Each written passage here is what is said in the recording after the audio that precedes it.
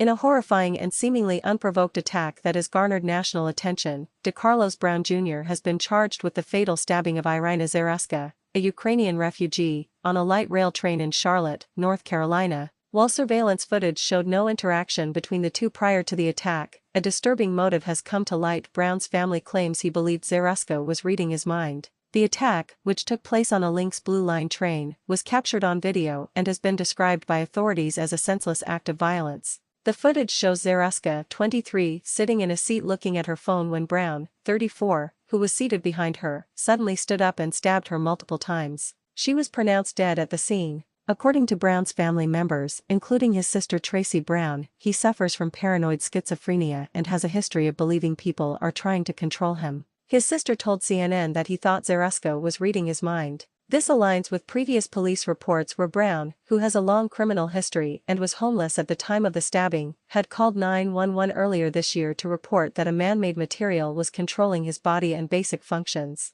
The case has ignited a debate about the criminal justice and mental health systems in the U.S. Brown's mother, who had tried to get him placed in a mental care facility, told reporters that her son shouldn't have been released from jail as his mental health was rapidly deteriorating. The tragedy has also become a political talking point, with politicians and commentators using the incident to criticize soft-on-crime policies and bail reform. They argue that Brown's extensive criminal history, which includes 14 prior arrests and a conviction for robbery with a dangerous weapon, should have prevented him from being free at the time of the attack. In addition to state charges of first-degree murder, the U.S. Department of Justice has also filed a federal charge against Brown for committing an act causing death on a mass transportation system. This federal charge could carry the death penalty. While some are calling for a hate crime investigation due to alleged racial comments made by Brown, his family has denied that the attack was racially motivated. The killing of Iryna Zarutska, who fled the war in Ukraine to seek a safer life in the United States, is a devastating tragedy that has brought to the forefront the complex issues of public safety, mental illness, and criminal justice reform.